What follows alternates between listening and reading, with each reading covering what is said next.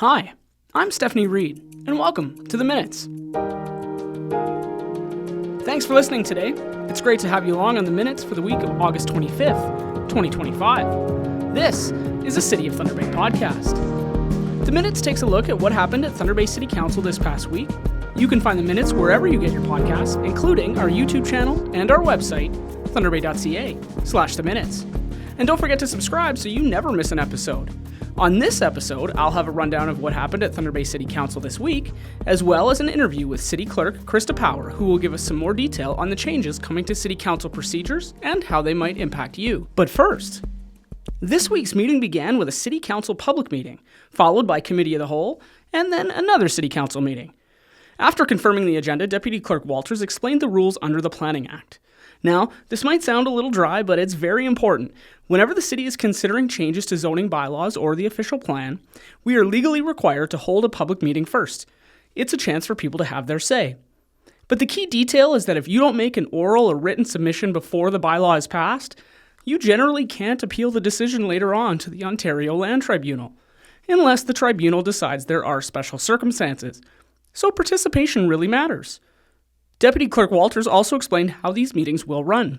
The process is pretty straightforward. The clerk will read out the application details, and the chair will ask for a summary. The applicant then has a chance to comment, and the chair will open it up for questions. Other speakers will be invited from the gallery, or those who registered online will be able to speak to the application. And finally, council members will be able to ask questions of both the applicant and administration. Next, we moved on to the first application of the evening, and it was a big one. The redevelopment of 33 Court Street South into a 70-unit residential building with ground floor commercial space. This building is a landmark in the North Core. The 3-story former post office, built in 1952, stretches the entire width of the block between Lincoln and Park Streets. Over the years, the building has housed Canada Post and a variety of other federal offices. The proposal would breathe new life into the building by adding much-needed housing downtown, while keeping some commercial use on the ground floor. Normally, the zoning rules require that at least 60% of the ground floor be commercial, with only barrier-free residential units allowed at street level. The applicant is asking to reduce the commercial requirement to 40% and to allow more residential on the ground floor. Planning Services recommended approval, noting the project ticks a lot of boxes. It fits with the provincial planning statement and the growth plan for Northern Ontario. It aligns with the city's official plan policies and growth objectives, adding density and housing in the core. And it's a smart reuse of an existing building and will keep its exterior features intact while bringing new life inside. After some discussion, Council approved the zoning bylaw amendment and designated the property for site plan control, meaning the details of the redevelopment will be carefully managed. 2 additional planning-related bylaws were also passed: a site plan control designation for 521 Memorial Avenue, and the execution of a subdivision agreement. These may sound routine, but they're important steps in making sure development across the city follows clear rules and processes. After the public meeting wrapped, Council moved into Committee of the Whole, and the first presentation was from the Thunder Bay Symphony Orchestra. They updated Council on their work over the past year. The symphony is not just a cultural asset, it is also part of what makes Thunder Bay an attractive, vibrant community, and presentations like this give Council and the public a clearer picture of how these organizations are contributing to the community. Next up, Council considered a recommendation to create a new capital budget project to upgrade the Eye on the Street program. This is the network of cameras in high-traffic public areas. Recently, the Thunder Bay Police Service successfully applied for a $254,000 provincial grant under Ontario's Guns, Gangs and Violence Reduction Strategy as part of an over $500,000 upgrade project. The recommendation before Council is that the city capitalize on this opportunity to increase community safety and use the Capital General Reserve Fund as the city's matching funding source. The upgrade to the program will expand sites to up to 15 new locations, add new technology, and enhance live viewing. Going forward, the expansion will add about $52,000 a year to the operating budget, covering things like fiber charges and IT support. The Eye on the Street program has been around since 2005, and this expansion represents its 3rd major upgrade.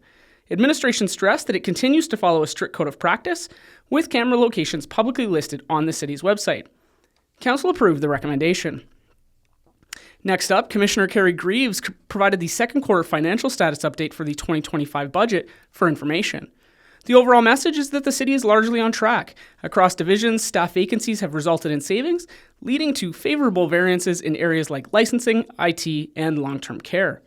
At the same time, there are pressures. Roads is facing higher than expected snow removal costs, and fire rescue is dealing with WSIB and overtime costs. These are partially offset by savings elsewhere. In rate-supported services like water, sewer, and solid waste, things are trending positively, with a projected surplus of $800,000. Parking is the outlier, facing a shortfall tied to the new 2-hour free parking initiative. Next up on the agenda was the Thunder Bay Art Gallery project. First, members of the gallery staff and board gave a presentation on the status of the project and to request additional funds from the city. This was followed by a request from administration for direction from council related to the release of the $5 million in funds already committed to the project. The gallery is mid-construction but facing significant cost overruns. They're seeking the city's confirmed contribution now in order to winterize the building before winter sets in, while they pursue additional funding and consider phased opening options. The report from Admin recommended the original funds be released in 2 stages, half at the end of this year and the remainder when further requirements have been met. Councillor Oliver put forward a referral motion to send the request for additional funds back to administration for more information. Administration will report back by the end of October. Next, Council received a memo outlining new provincial legislation allowing municipalities to create tax subclasses for multi-residential properties. The idea is to give municipalities tools to encourage development. But as administration pointed out, these changes further shift tax burdens to residential payers and do not currently recommend implementing these changes at this time. Administration is recommending a wait-and-see approach instead of rushing into a decision now, and will review and consider and bring a recommendation to Council at a later date. Next up, Councillor Oliver, chair of the Intergovernmental Affairs Committee, presented a memo supporting Ontario big city mayors in calling on the federal government to consult municipalities before making changes to development charges. Development charges fund essential infrastructure, and if they're reduced federally, municipalities want to ensure that they're kept financially whole. It should be noted that at this time, Thunder Bay is one of the only large municipalities in Ontario that doesn't have development charges on new construction. Next, Commissioner Greaves presented a memo related to an invitation from the federal government to participate in pre-budget consultations for the 2026 federal budget. Administration suggests 5 recommendations. 1. Commit to development of a municipal growth framework to address funding and infrastructure challenges faced by municipalities. 2. Commit to additional and enhanced municipal infrastructure funding. 3. Commit to additional and enhanced federal support for cultural, recreational, and other upstream services. 4. Commit to additional and enhanced federal support for social issues impacting communities. And 5. Commit to additional and enhanced funding streams to support municipal efforts to reduce greenhouse gas emissions. Following the Committee of the Whole meeting, we moved to City Council, and the first item on the agenda was the review of the minutes from the previous City Council and Committee of the Whole meetings. Before approving the minutes, Councillor Hamilton asked to pull the specific item related to the selection of criteria for the designated encampment sites from the minutes to be voted on separately from the rest. However, because a number of councillors were missing from this week's meeting, Councillor Hamilton then asked for a deferral of the item to the September 2nd meeting. This deferral was approved by Council, and the item will be voted on at the next meeting. And that wraps up this week's recap, and it also marks the last Monday night Council meeting before we move to our new governance structure. To help us understand what's happening and why these governance updates are being made, we'll speak to City Clerk Power in just a moment.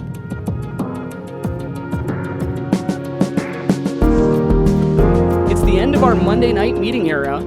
Starting with the next meeting, City Council will operate under a new set of governance procedures. These changes will affect how meetings are structured, how residents can participate, and how decisions are made. To help us understand what's changing, why it's happening, and what it means for residents, I'm joined by our City Clerk, Krista Power. Hey, Krista. Thanks for coming in today. Thank you for having me. So I know that you have been on the minutes before, not that long ago, I think, talking a little bit about this. But can you just start by giving us a quick sort of, recap of what the change from our current Committee of the Whole structure to the new standing committee structure will mean? Sure. So every municipal council in Ontario is required to have a procedural bylaw, which is the rules of how, when, and where they meet, how they make their decisions.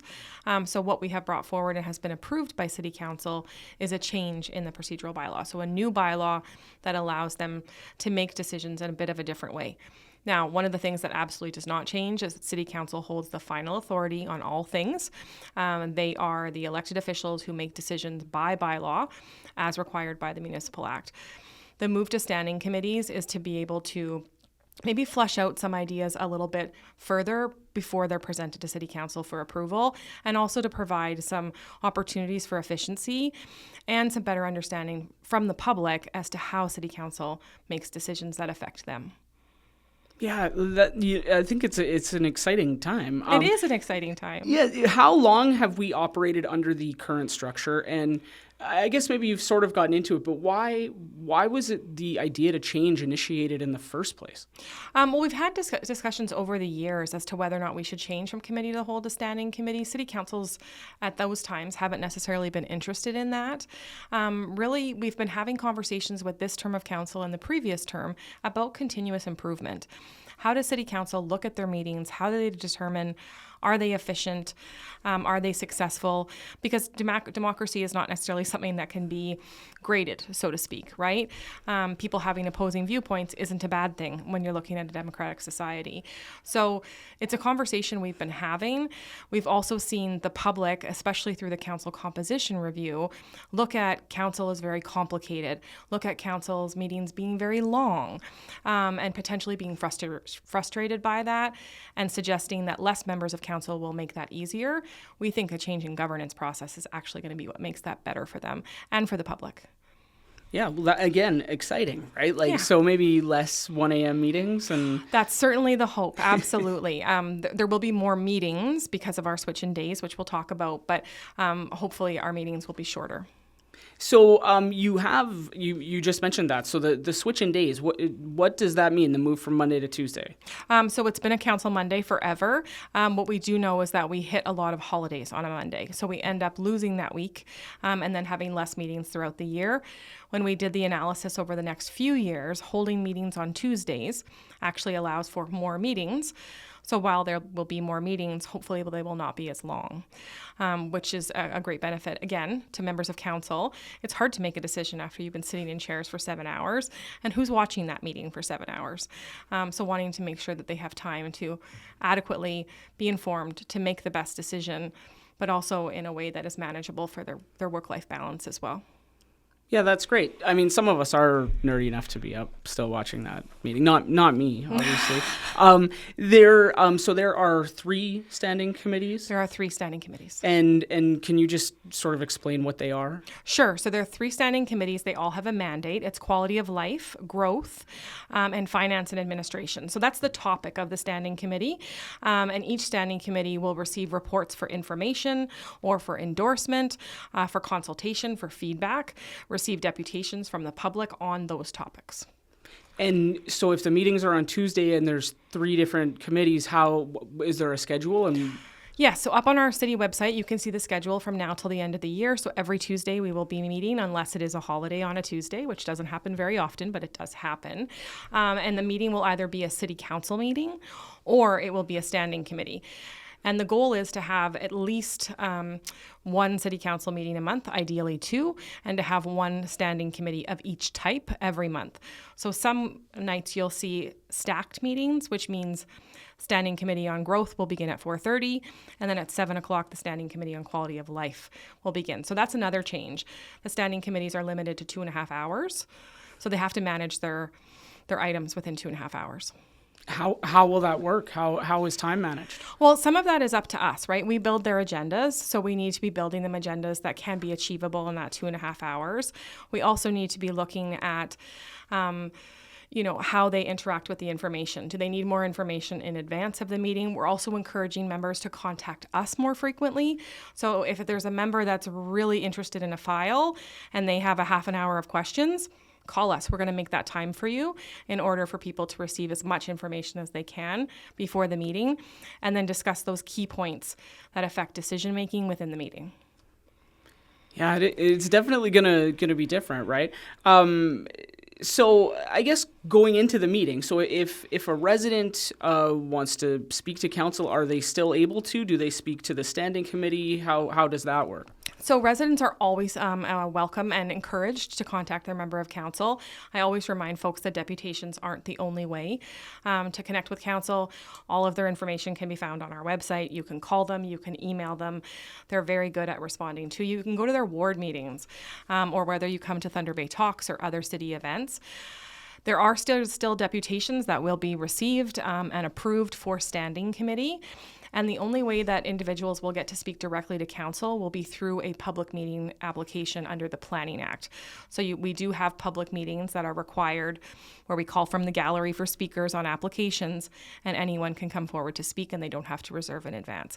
That is particular to the Planning Act. And there was a public meeting this week? Yes, on Monday. Yeah. So it's a little bit different in terms of how you're coming in, and so it will be different for folks watching at home as well. Sounds like meetings are starting at 4:30. Yes, so in most cases, meetings are starting at 4:30. City Council will still start at 6:30.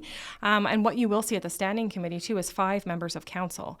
So the standing committees are smaller, again, to make them more efficient. 5 members will be able to move through the material more quickly than 13. So the mayor and 4 members of council sit on each standing committee, so they all sit on one, and then sit together as the body of City Council for the City Council meetings. How was it determined which councillors were on which committee? So that was up to them. We gave them options and we asked them to pick their first and second choice, and we were able to allocate that. So council made the decision at committee of the whole, ratified by council on Monday, as to who sits at what committee, who is the chair and vice chair, also who is the speaker and deputy speaker for City Council. Will this change the way the agendas or the minutes or anything are presented?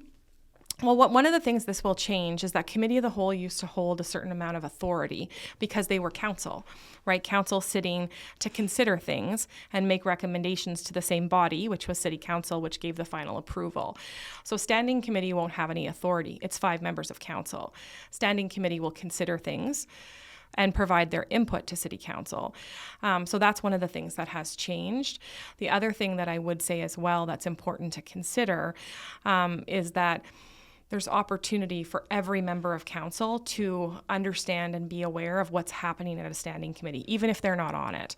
So we're going to flag for them deputations that may come into the quality of life standing committee, but yet that person sits on growth. So they have the opportunity to be fully informed when that item is finally presented to council. But a little bit different in that they won't be a part of the whole discussion in the first place. Yes, similar to how our advisory committees function, right? Not all members of council come to the Accessibility Advisory Committee. Certainly they receive the minutes. There's a member of council that sits on that committee, and then they are duly informed through upward reporting. The same will be true for standing committee and still advisory committees as well. And so we've talked a little bit about how it'll be different for council. How will there be changes for admin and city staff and how they, work and relate in these meetings? So there will be changes when it comes to the deadlines and the scheduling, and we've updated all of that for city staff. For the public too, everything shifts by a day. So if you think about the meeting being on Monday, we used to release the agenda in part on Wednesday afternoon. Now that's going to happen on Thursday. So everything essentially bumps by a day. And so looking forward, how are we going to know if this is working? Yeah, there's going to be lots of indicators. So the first thing is council. Council's going to let us know what they think. We're also looking forward to receiving some information from the public. There is a review period built into this model. So in the coming months, we'll be reviewing the success. We'll be looking at the times of the meetings, right? We'll also be looking at the speaking limits, which are a new addition, 5 minutes per member of council, 3 rounds to speak to an item. So are they challenged with that? Is that manageable? All of those pieces, we'll be tracking that data and then reporting that to them. But really it will be about how is council feeling about the structure and how is the public feeling? Do they feel more informed? Do they better understand how their local government is making decisions? And obviously then there will be opportunity to modify and adjust as required? Certainly. Yeah, that's great that, the community has an opportunity to sort of be a part of that as it happens, right? Yeah, and one thing I would note is I think when people turn on the TV on Monday nights, they don't know what they're watching. Are they watching a body of elected officials considering something, or are they watching people deciding? And these are the people that decide, right? They decide on how much your swimming lessons are going to cost, what your clean water through your tap looks like, when your garbage is going to be picked up. These are important decisions that affect our day-to-day life. It's important that the public knows when they're deciding and when they're still in a consultation period to be able to receive information from the public. Yeah, absolutely. Is there a key detail or something that I've sort of missed in this question that you think the public needs to know for the next meeting? One of the things that I think I'd love to highlight is the elevation somewhat of a city council meeting. Right now, our city council meetings are rather short because they receive the minutes, they confirm them by bylaw, and we move on. So in many cases, city council meetings are less than 10 minutes long. You'll see a longer city council meeting now. We have included opening ceremonies that allow for a land acknowledgement. All members of council will be taking turns in bringing forward a land acknowledgement that's personal to them, which is, I think, just an incredible step toward reconciliation for our city. Important to acknowledge our traditional lands. There's also the addition of a silent moment of reflection to reflect upon our past as a country, as a city, and then an opportunity to sing O Canada. And I'm not going to be singing O Canada, and neither is City Council, but we're certainly welcoming members of the public, choirs, school groups, musicians, to come forward and share their vocal stylings with us and sing O Canada in our chambers, which is a great way to celebrate community within those walls. That's exciting. Well, when is the next meeting? The next meeting is Tuesday, September 1st. That's the first City Council meeting. And then if you look on the calendar, the following week is Standing Committee, and then we continue to rotate. That's awesome. Thank you, Krista. Thank you. That's it for this week's episode of The Minutes. A big thank you to my guest, Krista Power, the City Clerk, for giving us more detail on the changes coming to Council. And as always, thanks to you for listening. If you want more information about City Council, agendas, or minutes, visit thunderbay.ca/council. You can catch The Minutes every week wherever you get your podcasts, on YouTube or on our website at thunderbay.ca/theminutes. If you haven't already, hit that subscribe button so you never miss an update. I'm Stephanie Reid. Thanks again for listening to The Minutes. Have a great week.